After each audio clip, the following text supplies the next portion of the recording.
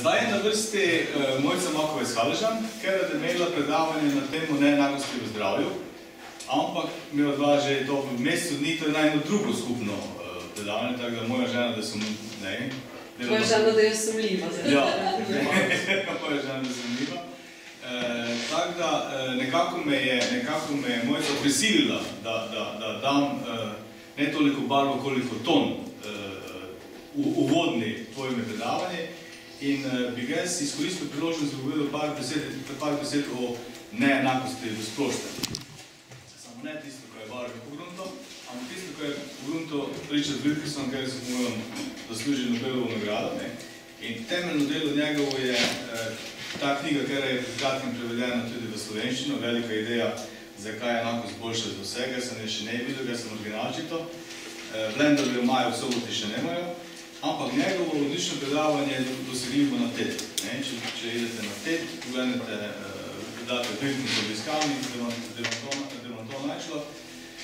Ta njegova raziskava je zajemala 50 človek let. Se pravi, če bi en človek delal, bi ta raziskava potekala 50 let, samo on je imel več strokovnjakov pri te zadeve in so končali to, mislim, v kakih 7-8 letih je raziskava bila gotova in ker je kulminirala v tej knjigi, ker vso popisuje z gospod Pickett. Glavna tema te knjige je pa, ali neenakost zares uničuje družbo. Zato, mi nekako podzavestno čutimo, ka neenakost ima slabe učinke na družbeno kohezivnost, ampak nišče to do zdaj ne uspel dokazati. Tudi ko smo uporabljali določene podatke, kak je recimo bruto družbeni proizvod, kar je Mitja Kučo, pa recimo vzememo en kazalec pričakovana življenjska doba. Še rebel. Amerika izjemno bogata, pričakovana doba nizka, Španija jo prekaša praktično z polovico toga bruto družbenega proizvoda. Tu je nekaj nikše korelacije. In se je Peter Wilkinson, pa saj to ne mogoče, tu mora biti nekši catch, tu mora nekaj biti poleg, ka mi ne vidimo in ta sprememba, ta razlika v bogatstvi mora pokazati nekšo razliko. In te si je domislil, ka bi opazoval neenakost znotraj ene skupnosti. In je te pogledal, kak 20 najbogatejših je v razmerju do 20% najsiromašnejših. In je tu napravil to listo, vidite, na Japonskom 20 najbogatejših, sloj najbogatejših, je samo 3,4 krat bogatejši od sloja 20% najsiromašnejših. Te idejo Skandinavci, tu smo te nekaj mi, in na koncu imamo Anglijo, oziroma Združeno kraljestvo, Portugal, Amerika in Singapur, ker ima to razliko 10 krat. Poudariti moram, ka tu so izvete države tretjega sveta. Tu se ide samo za bogate države. Države to so tisti, ker imajo indeks človekov razvoja dan do 40. mesta. V Afriki se zadeve čisto drugače obnašajo, tam družbeni proizvod ima svojo funkcijo, vendar v bogatih državah, kako smo videli, v lep tenemo. In zdaj gledajte tisto čudo, ker za mene je to bilo čudo, da je Wilkinson na X-os postavil male neenakosti v družbi, do velikih neenakosti v družbi, na Y-os je pa postavil en indeks, ker je sestavljen iz pričakovane življenjske dobe, iz pismenosti, iz umrljivosti dojenčkov, umorov, zapornikov, zaupanja, debelosti, duševnega zdravja in tako dalje. En sestavljen indeks in je postavil treba dva kazalca na en graf. In neverjetno, ne samo, ko je korelacija izjemno močna. Te države so se praktično legle na to premico. Vidite, bolje je država neenaka, slabši je ta indeks. Slabši se pokazuje, kako ona deluje. Bolje idemo k večji enakosti, bolje se, neverjetno, kak je ta korelacija izjemno močna. Te graf pravzaprav dokazuje, kaj neenakost ima izjemno korozivno funkcijo na družbo. Če pogledamo ta isti graf, vendar denemo bruto družbeni proizvod, pa se pokaže neka višja korelacija. Vsi so načičkani, kako to mi paše. In če primerjamo tega dva, kak neenakost je v relaciji z bruto družbenim proizvodom praktično je neka. Če pogledamo druge kazalce, recimo blagostanje otroka, to blagostanje otroka, to je unice v indeks, kar je tu sestavljeno. Kako mlad vstopa do šole, ali ga doma bijejo, ali v šoli nekaj pričakuje nasilje, pravo stojano. Različne druge kazalce, vidite ista funkcija, ista korelacija. Tega zdaj obrno, zdaj dobri so zdaj zgoraj, pa slabe spodaj. Bolje se gibljamo v neenakost, slabše za otroka. Pa, če denemo isti indeks na y-os, pa denemo BDP na toga, vidimo že pa, tu se vidi jasno, kamo je korelacija, tu je pa praktično neko. Se pravi, bruto družbeni proizvod nam ne kaže dejanske slike. Celo nešče je, zdaj pozabil sem, što je pravo, če gledamo BDP, ne moramo niti znati, če je država v vojni ali ne. Tako BDP je ne tisti pravi kazalec. Zaupanje. Zaupanje, ista stvar. Če opazujemo, kako ljudi so pitali, če vržejo človeki na ulici, če ga pitajo za kakoli. Če ne bi rekel zaupajo, ne vem, kakšno vrednost, kaj ne bi dajo roke in podobno. Bolje je država enaka, zaupanje je večje. Portugal z veliko neenakostjo, zaupanje ima okoli 15%, Švedi pa 60%, še štirikrat več lejko ta indeks neenakosti izboljša zadevo. Njemi so prigovarjali, da je pač izbral podatke na takšen in drugačen način in je to isto stvar pokazal za ameriške države. To so ameriške države in je isto stvar napravil za Američane. Isto tako se pokaže. Ameriške države, ker imajo večjo neenakost, imajo manj zaupanja, z manjšo neenakostjo si med sebo bolje zaupajo. Kar ne učino tom, ker to medsebojno zaupanje ima svoje učinke na številne druge aktivnosti v našem življenju. Če ščete na to, ko projekte skupaj delamo, do toga, ko se izmenjujemo med sebo ideje in številne druge. Duševno zdravje. Celo tu obstaja jasna korelacija. Celo pri duševno zdravje je ta zadeva zelo jasna. Umori. To so kanadske province, to so pa ameriške države.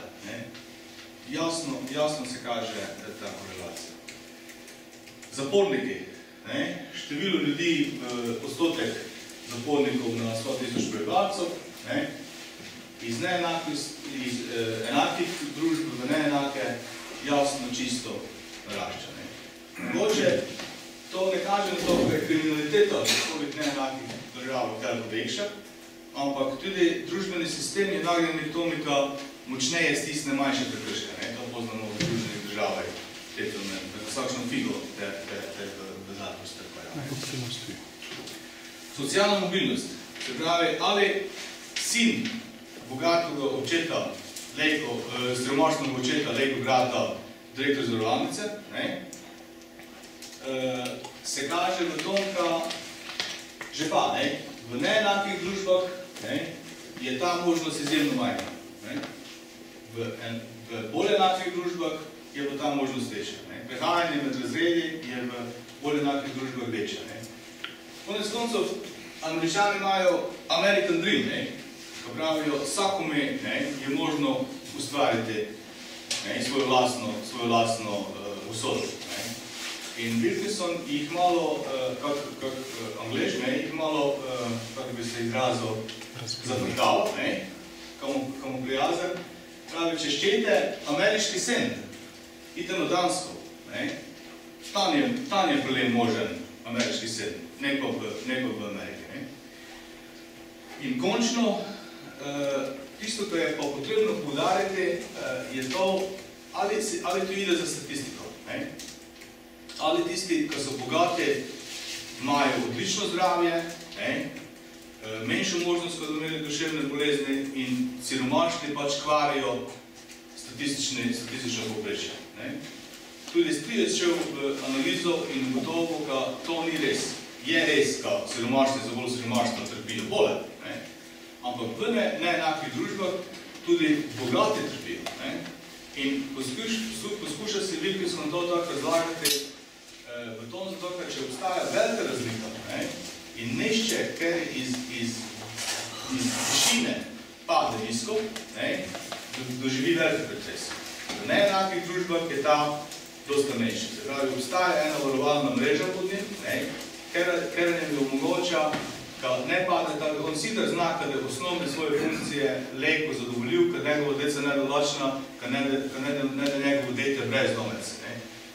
V nadaljevanje to ima tudi številne učinke, namreč hrabrost toga človeka, ki se odloči za kakšen podjem, ščete podjetniški, ki ide v kakšno inovacijo, ki je bolj hraber v svojem delovanju, je v teh enakih družbah večja. In to je mogoče razlog, zakaj so skandinavske države tako bolj kreativne, inovativne, kako preostale svete. Se pravi, to še poudarjati, oboje trpijo. Revni so ga sodebni, bogati pa zelo straha, ker ga jim povzroča to, kar leko spada.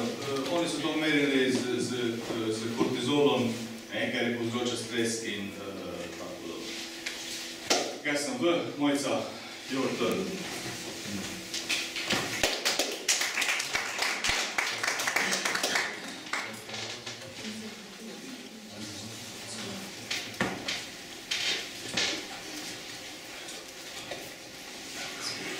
Hvala lepa, Romeo je podal izhodišče za moje predavanje in sicer predstavila bom neenakosti v zdravju, zmanjšala bom tudi dimenzijo, ki ste jo videli na svetovni skali in bom poskušala predstaviti, kaj pomeni, če ste moški rojeni v Pomurju ali pa naprimer v Kopru, če ste izobraženi ali ste neizobraženi, če ste bili rojeni v družini, ki je na pragu revščine, kako življenjsko dobo lahko pričakujete, s katerimi boleznimi se boste srečali in bom to bistveno bolj ukarikirala, da se boste lahko predstavljali, kaj to pomeni potem tudi na vse tiste načrte, ki nam je prej Mitja razlagal o samem razvoju regije in kaj lahko pričakujemo.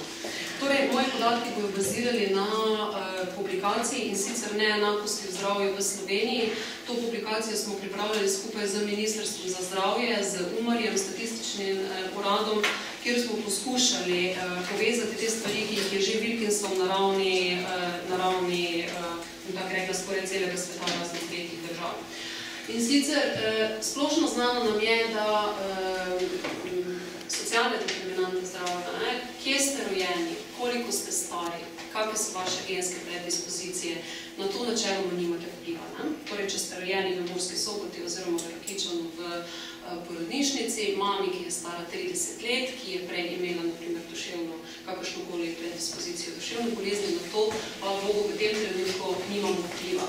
Individualni dejavniki življenjskega sloga, tukaj pa že imamo vpliv, kadite, pijete, se razgibavate, imate zdravo in dobro prehrano, dostopno v svojem lokalnem okolju, na to imate lasten vpliv, na vas lahko vplivamo tudi z, bom rekla, nacionalnimi politikami ali pa regionalnimi projekti. Če gremo širše, vaše socialne mreže, tudi tukaj imamo delni vpliv. Posebno, kje imamo pa katere socialne determinante, kje imamo največji vpliv, so pa te, to so življenjski in delovni pogoji, torej kako živite in v kakih delovnih pogojih delate. Pozneje so še pa splošni ekonomski, kulturni in okoljski pogoji, na katere pa seveda imamo tudi vpliv, tudi na regijski ravni.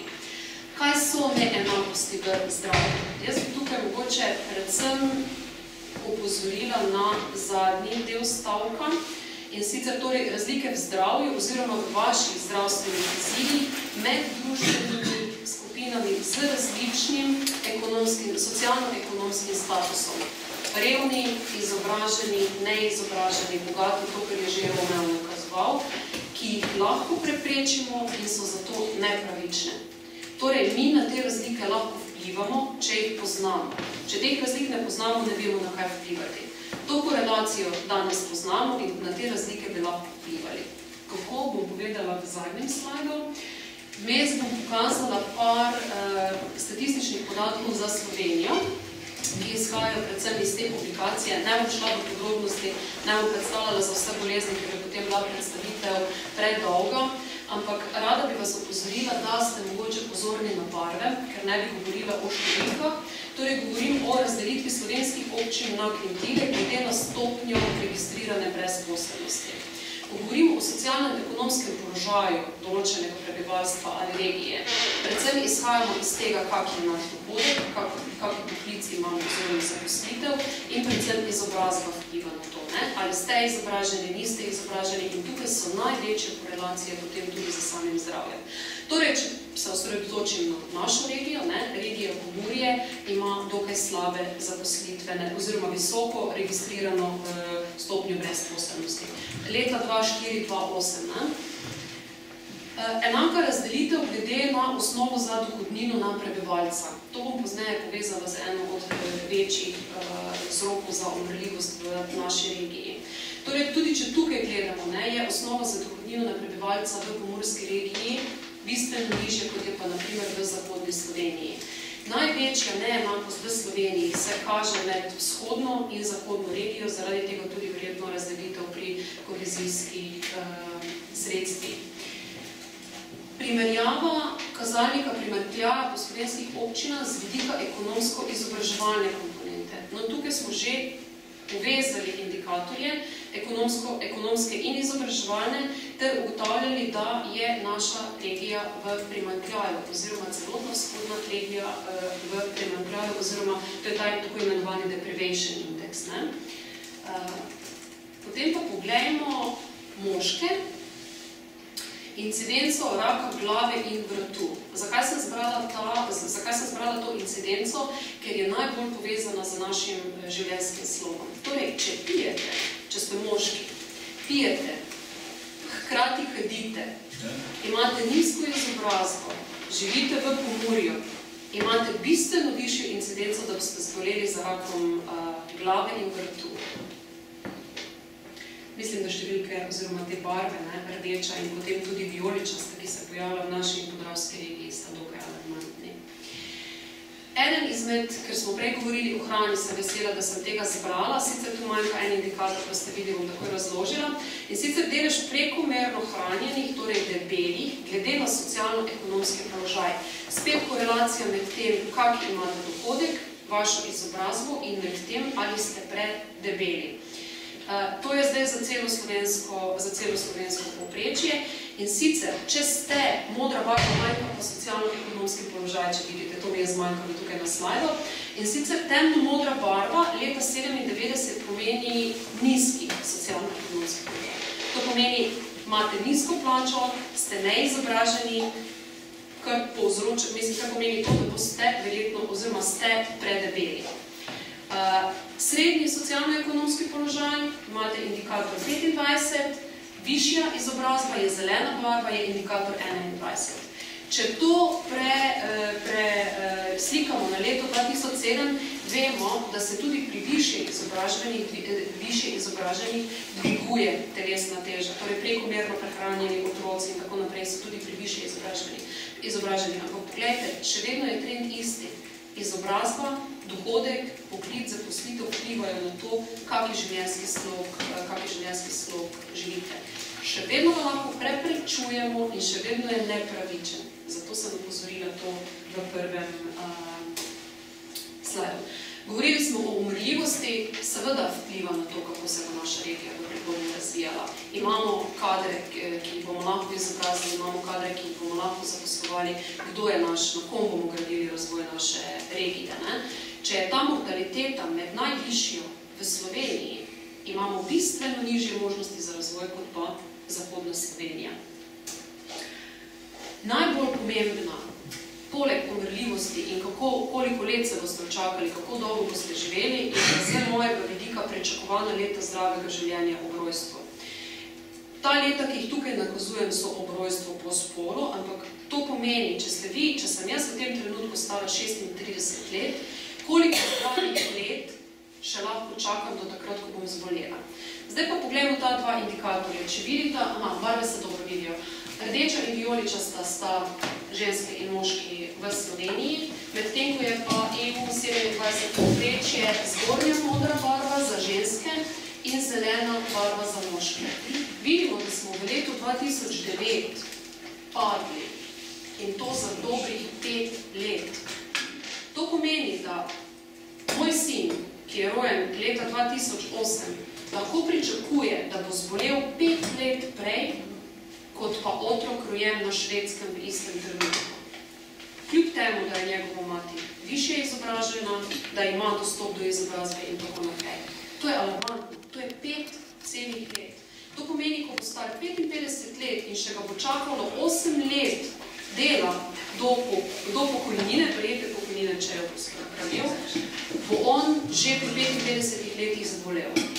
Za nas, tudi za nas se to da izračunati, za povprečje Slovenije, mi vemo, če smo bili rojeni prej, in takrat je ta incidenca, mislim, ta indikator rastel, mi lahko pričakujemo, da bomo zdravo živeli do 60 leta. Tako da kljub temu, da govorimo, da se zdrav življenjski slog izboljšuje, ugotavljamo, da zdrava leta padajo. Tako da naš predlog je, da se v prihodnjih letih dela tudi na zdravih letih, da bomo zdravi dočakali tista zrela leta, ko bomo lahko še družbi in našim otrokom koristili. Prosti, kaj se, zakaj je 20 nižje za to se našli odložiti?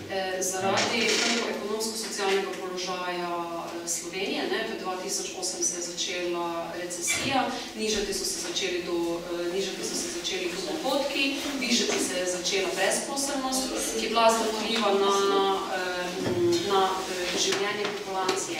Kar je pa pomembno, zakaj je zaradi tega, ker so se tukaj otroci rodili šele, kako mi vemo, da bojo nižje. Vaša zdrava leta oziroma vaše zdravje se akumulira od rojstva naprej, od prvega dne vašega rojstva. In to je seveda model. Torej, če ste vi rojeni v družini, v tem trenutku, v družini, ki je v tem trenutku postala dohodkovno šibka in je šla na mejo revščine, mi pričakujemo, da bo na podlagi raziskav ta otrok živel bistveno slabše, ker se vam od prvega dne, ko ste se rodili, so se vam akumulirale bolezni, življenjski slog. To, če ste kadili do 50. leta in ste za 52, pozneje nekali, to pomeni, da ste vi določeno zdravstveno breme sebi že naredili. In to je ta pričakovano na podlagi teh podatkov, ki jih imamo. Zdaj tudi nekaj komentiral. Teh 5 let krajše življenje je verjetno zelo ugodno. Ne krajše. Ne krajše, obolenje, zdrava leta, ne krajše življenje. Vi boste še živeli vedno verjetno do 80. leta, ampak 5 let boste prej zboleli. Torej, kvaliteta vašega življenja bo rapidno padla. Tako imamo drugi komentar. Te pa bistveno lahko prispevamo v drugo BDP-a, ker bomo več plačevali za zdravstvene storitve. To je velik učinek na BDP. Skis pa sem mislil, da bo vesel, če bi prej umrli, ampak skis torej ne bo vesel. Samo vseeno, da socialni status naše regije je bistveno slabše, tako da, če tako reagiramo. Več bo socialnih transferov, več bo bolnišk, ljudi bojo zaposleni, kljub temu delodajalci se ne bojo imeli z njimi kaj začeti, še bolj bomo praznili, sicer praznimo itak državno blagajno, takrat bo bistveno manj denarja, ampak splošno regija bo imela manjši potencial zaradi tega, ker se pa starostna doba dviga, pa imamo upad števila mladih, tako da ta razlika bo bistveno vplivala na razvoj. Kaj lahko mi naredimo, oziroma kaj zadnjih 10 let delamo? Ta publikacija je rezultat našega dela, ti podatki, da vemo, da je naša regija v bistveno slabšem položaju. Program Mura, ki traja že od leta 2001, kjer vztrajno opozarjamo na to, sodelujemo z vsemi vami, vas vključujemo v medsektorske projekte. Rezultat, da ima naša regija zdravje tako močno zastopano v regionalnem razvojnem programu, kjer smo ena izmed redkih oziroma edina regija, ki to tako močno zastopa in tudi določeni pozitivni rezultati, manj bolnišničnih dni, naprimer v naši bolnici, ki so rezultati tega medsektorskega delovanja in opozarjanja. Predvsem pomemben je medsektorski pristop k reševanju problemov, torej da vključujemo zdravje in ta vidik tudi v druge projekte, ter predvsem zato, da se vprašamo, ko imamo različne projekte, pa bodisi ali so to investicijski, gospodarski, varovanje okolja, da poskušamo oceniti, kakšen vpliv bo to imelo tudi na zdravje populacije. Torej, v preteklosti smo ocenjevali pri večjih investicijskih projektih, kakšen vpliv bo imelo na okolje. Bomo škodovali temu in onemu. Ali se pri naših projektih sprašujemo, kakšen vpliv bojo imele na naše zdravje v prihodnjih letih. To je nekaj, kar bi mi radi pri prihodnjem regionalnem razvojnem programu in prihodnjih razvojnih projektih tudi upozorili. Ok, to je to. Hvala.